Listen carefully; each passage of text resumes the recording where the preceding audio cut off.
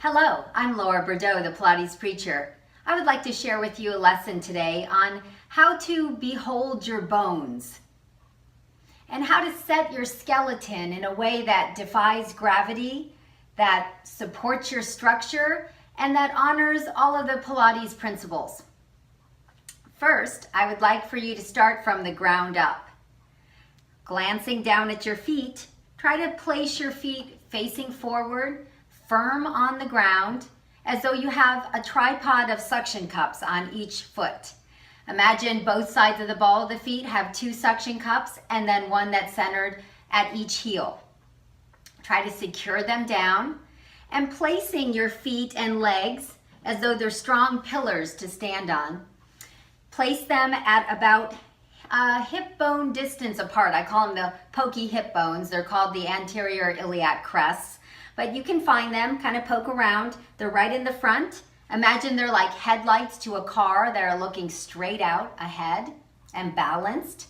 And so you're aligning your legs and about your second toe with those pokey hip bones, just like a plumb line that's straight down.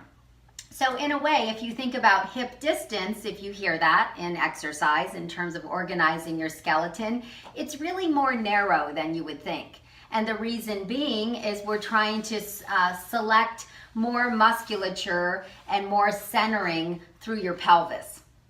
So let's relax those legs a little bit once you have those feet secured. Maybe even spread your toes a little bit, like imagine you're in sand and you're just gonna leave this little hang 10 imprint into the sand. And then soften your legs. We don't need to lock them out and be rigid. We wanna be loose. Right? And relaxed. So soften those knees and unload them. And then let's take a look at the pelvis. Joseph Pilates said that our true integrity in the human body really lies within the balance and the strength of the pelvis. So I like to call it, we want to empower our pelvis or have a powerful pelvis.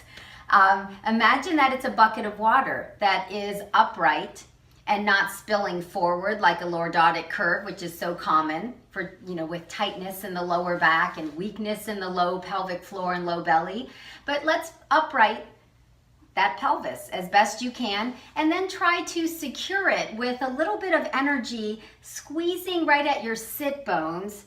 They're called the ischial tuberosities, those bones, but imagine that there's a gentle clothespin, if you will, engaged right at those sit bones, or just like a little pinch, a flirty pinch right at your sit bones, and engage them a bit, and then pull the pelvic floor, the base of the bowl of the pelvis. Try to pull up as though you're maybe pulling a zipper up, and then secure everything right at the navel. In Pilates, you'll hear ad nauseum, you'll hear navel to spine, and the navel really is the center of gravity in the human body, or it's as best as we can get. So I want you to think again about a little hint as though you're making maybe your cheeks smile, make them perky. We don't want frowning or tight bottom that drives the pelvis forward. That's another improper position of the pelvis which people can get into, and it can cause pinching of the sciatic nerve. So again, you want that bucket upright, just the right amount of perky energy at the bottom, and then pull that pelvic floor up, securing right at the belly button. Next, I want you to take your fists and place them at either side of your hips as though they're hardware or bolts, and try to secure your pelvis. So then again, you are locked in. We're not again trying to be too rigid. We're trying to be just right. Secure, strong, and confident. Then travel up, if you will, and if you'll take your hands, I want you to behold more of your bones. I want you to behold the glorious rib cage. It is the largest part of this human skeleton. Imagine this is really where we live. This is encase our lungs, and it helps us breathe and move and have our being. So embracing them with your hands, take a big inhale through your nose, if you will.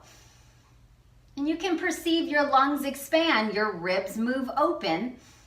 And then exhale and deflate those lungs and feel your ribs subdue and kind of draw in like a corset. That's another Pilates principle. Imagine you are corseted, and not just in the front. Really feel it from your spine all the way around through your ribs and secure those ribs down. It's like we're trying to find our inner armor, and truly it being so that we are trying to feel that we are strong and structured and that we have confidence and some integrity in our body. And all of that begins from the inside. Okay, so we've got those ribs corseted. I want you again to inhale and feel like liberate your ribs, open them up. Act like you have gills here on the sides. You're gonna breathe into them. Maybe even feel your chest expand. Breathe into your sides, into your back. Really breathe. And then exhale. Okay, so we're gonna practice that breath. We have our hand on our belly, our diaphragm essentially. One hand on your side corset, and let's just practice that breath. We're gonna close our mouth, inhale through the nose, and liberate those lungs. Try to feel them. You can feel your ribs expand. And then exhale through the mouth and feel your lungs deflate. Your ribs will draw in. And meanwhile, we practice keeping some control over the abdominal muscles. So we call this intercostal breath in Pilates as opposed to diaphragmic or meditative breath that we like to use in yoga very often. So again, you're cupping your ribs. We'll inhale, belly in, expand the lungs, and exhale, deflate those lungs, feel your corset actually hug you and support you. There you go. Okay, keeping that on, let's travel up to the all-important shoulders. First of all, I want you to feel bolder shoulders. I want you to have a lifted chest. I want you to feel proud. We don't want to have posture that looks like this, right? I mean, it even affects our mood, right? So we're gonna lift those shoulders up toward the ears with a big inhale. Exhale, slide those shoulder blades down your back like there may be wings that are tucked, as though your shoulder blades, those scapula bones, might try to slide down into your back pockets. Take a big inhale. And exhale, roll those shoulders back and down. You're broad in your shoulders, you're bold in your chest. One more time, I want you to also collect stress that might be in your mind, in your neck and shoulders, and just let them roll down your back like water off a duck's back.